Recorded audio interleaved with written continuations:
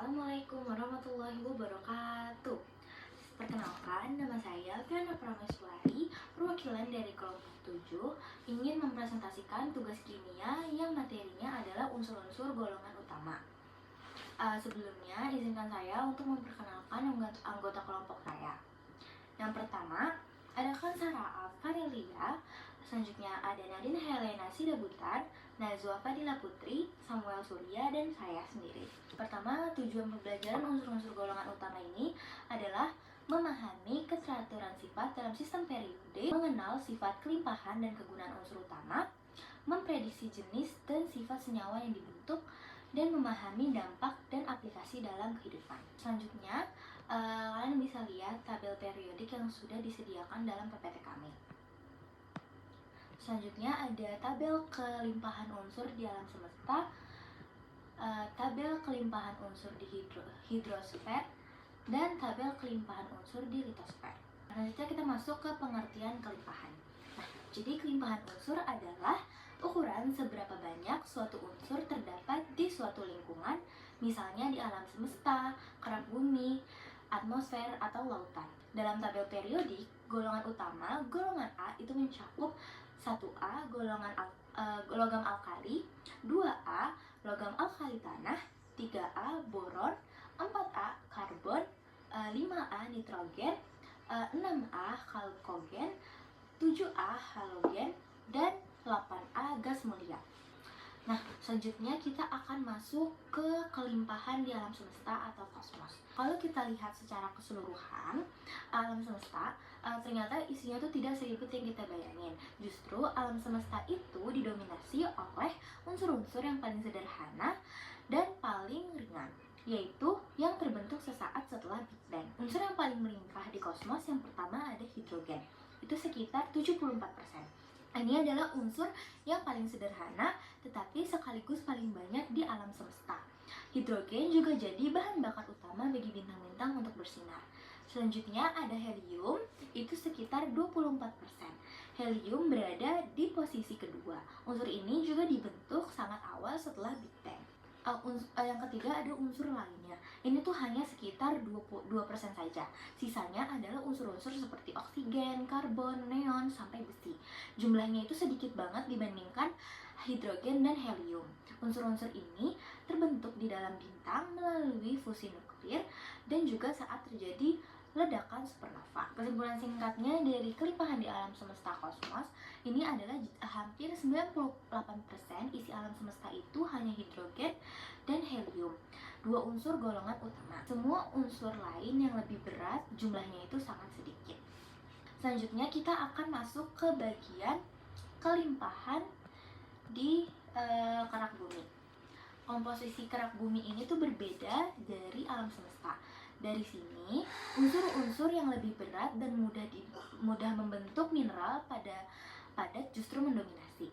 Nah, 10 unsur terbanyak di kerak bumi yang pertama ada oksigen, itu sekitar 46,1%. Unsur ini yang paling melimpah dan banyak membentuk mineral seperti silikat dan oksida.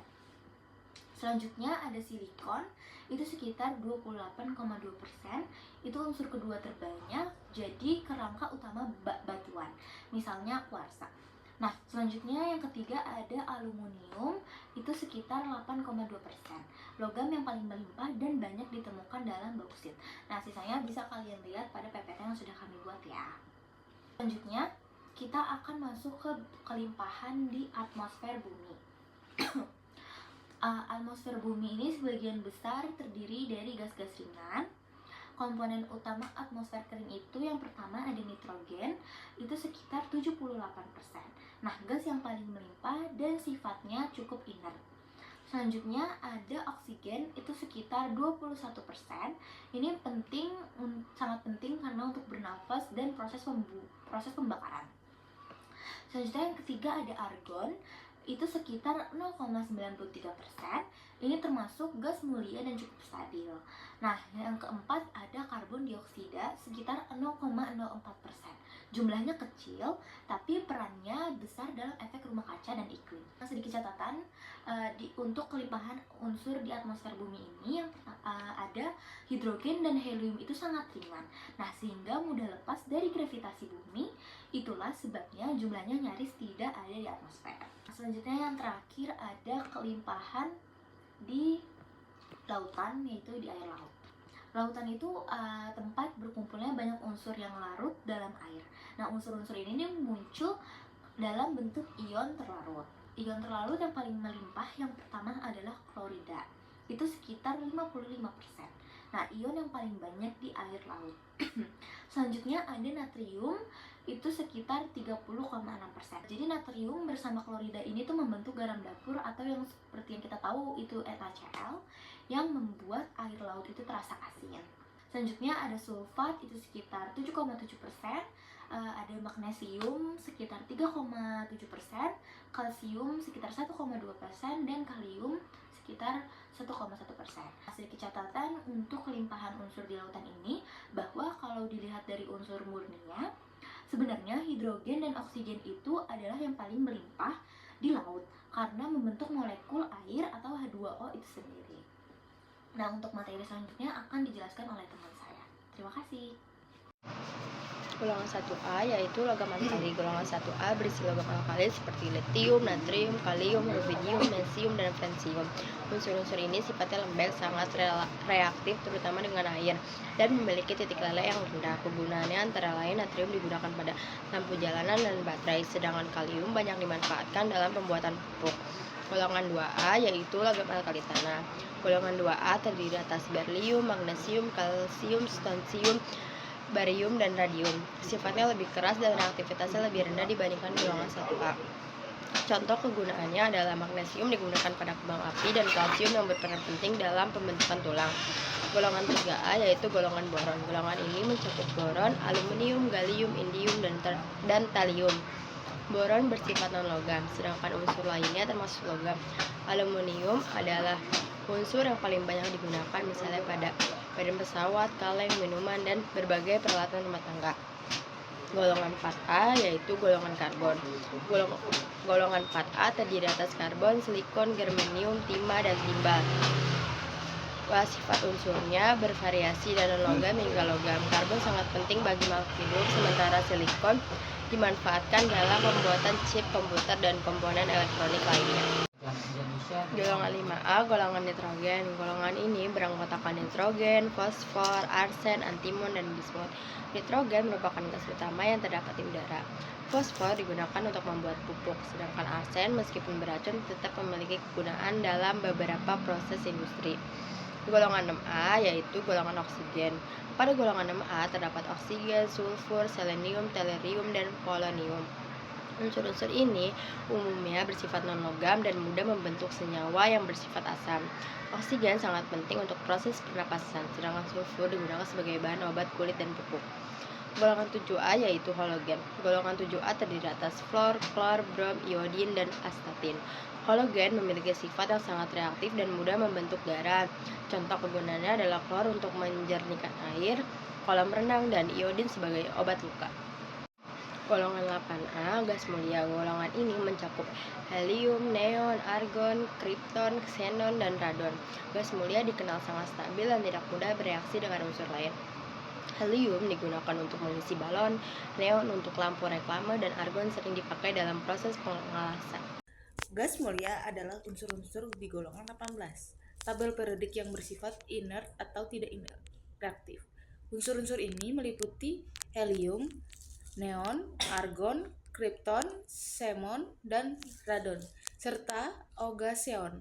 Sifat ini disebabkan oleh kulit elektronnya yang sangat stabil dan terisi penuh sehingga cenderung tidak membentuk senyawa kimia. Unsur-unsur gas mulia. Helium digunakan untuk mengisi udara karena ringan dan tidak mudah terbakar. Neon digunakan dalam lampu neon yang menghasilkan cahaya merah. Argon digunakan sebagai gas pelindung dalam pengelasan dan juga lampu pijar untuk mencegah oksidasi. Krypton digunakan dalam lampu termasuk lampu fotografi dan laser. Xenon digunakan untuk lampu sorot, lampu kilat, dan pernah digunakan anestesi. Radon, unsur radioaktif yang terbentuk dari penelusuran radioaktif unsur lain. Yang terakhir, sifat-sifat gas mulia. Sifat gas mulia memiliki titik leleh dan titik didih yang sangat rendah, sehingga berwujud gas pada suhu dan tekanan standar. Sifat-sifat ini bertambah seiring meningkatnya massa atom dan dari helium ke radon. Sifat kimia sangat tidak reaktif karena konfigurasinya elektronnya yang stabil, yaitu semua kulit elektron terluarnya terisi penuh. Perkenalkan, nama saya Kansara Alvarelia Mumtaza dan di sini saya akan menjelaskan tentang pembuatan halogen. Halogen merupakan unsur-unsur yang menempati golongan 7A dalam tabel periodik unsur. Unsur alami yang tergolong halogen yaitu fluorin, klorin, bromin, iodin, dan astatin. Halogen berasal dari bahasa Yunani yang memiliki arti pembentuk garam. Hal ini karena unsur-unsur halogen akan membentuk garam jika direaksikan dengan logam. Berbeda dengan gas mulia, unsur halogen termasuk unsur yang sangat reaktif. Jika kita lihat dari konfigurasi elektronnya, maka unsur halogen punya elektron valensi 7. Mereka membutuhkan satu elektron lagi agar membentuk kaidah oktet. Sehingga unsur halogen cenderung membentuk ion negatif bermuatan -1. Halogen juga merupakan golongan dengan keelektronegatifan tinggi, sehingga mudah untuk berikatan secara kovalen dengan unsur lain. Walaupun berada dalam satu golongan, unsur-unsur halogen mempunyai wujud yang berbeda-beda. Fluorin berwujud gas dan berwarna kuning muda, klorin berwujud gas berwarna kuning kehijauan, bromin berbentuk cairan berwarna coklat kemerahan, iodin berwujud padatan abu-abu dan jika menyublim akan menjadi gas berwarna kuning. Sedangkan astatin merupakan unsur radioaktif yang berwujud padat dan berwarna hitam. Jika kita amati data sifat unsur-unsur pada golongan halogen, dapat kita ketahui bahwa halogen memiliki energi ionisasi yang cukup besar sehingga sukar membentuk ion positif. Sedangkan afinitas elektronnya tinggi sehingga mudah membentuk ion negatif. Karenanya, halogen juga mudah berikatan secara ionik. Titik didih dan titik leleh halogen dari fluor ke astatin semakin tinggi seiring dengan semakin kuatnya gaya van der Waals. Ukuran atomnya juga semakin besar sehingga semakin mudah terjadi dipol sesaat dan gaya van der Waals semakin kuat. Elektronegativitas halogen semakin menurun dari fluor ke astatin. Dengan demikian, fluorin menjadi unsur dengan keelektronegatifan tinggi. Bahkan fluorin mempunyai keelektronegatifan tertinggi dibanding unsur lain dalam sistem periodik unsur. Jika kita melihat potensial elektroda dari unsur-unsur halogen, semua unsur memiliki harga potensial elektroda bernilai positif. Hal ini berarti semua unsur halogen mempunyai daya oksidasi atau bertindak sebagai oksidator. Jika diurutkan dari fluorin hingga iodin, maka daya oksidasinya semakin menurun. Berdasarkan potensial elektroda halogen ini dapat digunakan untuk memperkirakan apakah reaksi halogen dengan senyawa halida dapat berlangsung atau tidak. Unsur halogen ditemukan secara alami dalam bentuk molekul diatomik. Halogen juga dapat ditemui dalam bentuk senyawanya, seperti senyawa antar halogen, senyawa oksida halogen, senyawa halida, maupun senyawa oksihalogen. Reaksi antara oksihalogen dengan halida dapat membebaskan halogen. Reaksi-reaksi yang membebaskan I2 dimanfaatkan untuk penentuan kadar zat dengan cara titrasi yang dikenal dengan titrasi iodometri.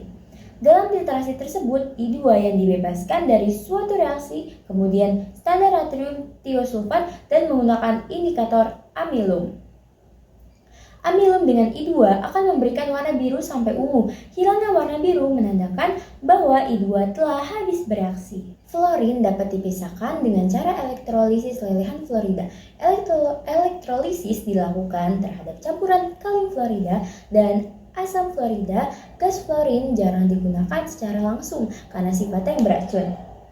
Fluorin biasa dimanfaatkan dalam bentuk senyawanya, seperti asam fluorida yang digunakan untuk mengukir kaca atau senyawa tetrafluoroetena untuk pelapis panci anti lengket dan freon untuk cairan pendingin pada AC. Klorin dipisahkan dari senyawanya dengan cara elektrolisis lelehan NaCl atau yang biasa disebut dengan proses Daun. Dapat juga dengan elektrolisis larutan NaCl dengan sel diafragma. Kegunaan unsur klorin diantaranya dalam bentuk gas Cl2 digunakan sebagai pemutih dan desinfektan pada pengolahan air.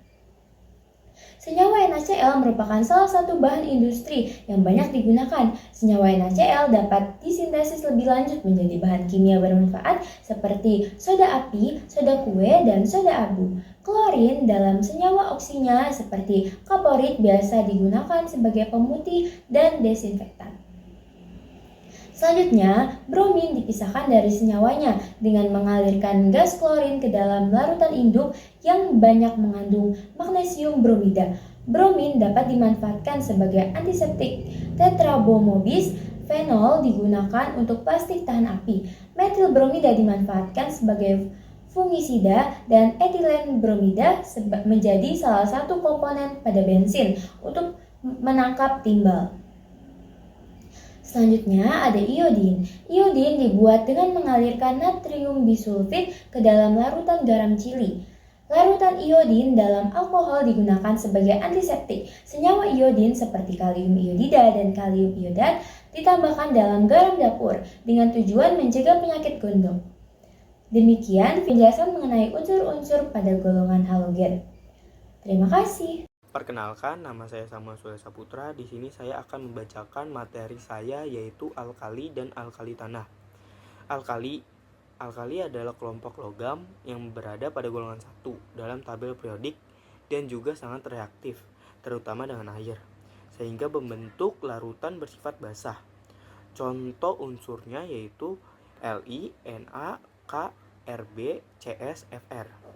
Ciri-ciri utamanya yaitu memiliki satu elektron valensi, sangat reaktif terutama dengan air, bersifat logam lunak yang dapat dipotong dengan pisau. Titik lele dan titik didinya yaitu rendah dan juga membentuk ion +1. Contoh reaksinya itu Na tambah H2O menjadi NaOH tambah H2. Selanjutnya yaitu alkali tanah. Alkali tanah adalah kelompok logam yang berada pada golongan 2 dalam tabel periodik dan juga sifatnya sangat reaktif tetapi tidak sekuat golongan alkali. Contoh unsurnya yaitu Be, Mg, Ca, Sr, Ba, Ra. Ciri-ciri utamanya yaitu memiliki 2 elektron valensi, reaktif, lebih rendah dibandingkan golongan alkali. Logamnya lebih keras dibandingkan alkali dan juga membentuk ion +2. Banyak menghasilkan senyawa yang sukar larut, misalnya CaCO3. Contoh reaksinya yaitu Ca tambah 2H2O menjadi CaOH2 tambah H2. Selanjutnya yaitu perbandingan alkali dan alkali tanah. Energi ionisasi alkali lebih rendah karena hanya melepas 1 elektron, sangat reaktif. Sedangkan alkali tanah lebih tinggi karena melepas 2 elektron. Yang kedua, kelarutan senyawa. Alkali kebanyakan sangat larut, sedangkan alkali tanah beberapa tidak larut. Contohnya, CaCO3 tidak larut, kapur. Yang ketiga, titik leleh dan massa jenis. Alkali lebih rendah, sedangkan alkali tanah lebih tinggi, struktur logam lebih keras. Selanjutnya kegunaan alkali dan alkali tanah. Kegunaan alkali tanah, Mg, bahan campuran logam ringan, suplemen kesehatan. Ca, pembentukan tulang, bahan bangunan, CaCO3. Sr, kembang api warna merah. Ba, kontras sinar X. BaSO4. Selanjutnya kegunaan alkali yaitu litium, baterai Li ion. Natrium, pembuatan kaca lampu natrium. Kalium, pupuk KCI. Budidium dan cesium, jam atom cesium clock. Sekian dari saya, yaitu kelompok 7. Makasih.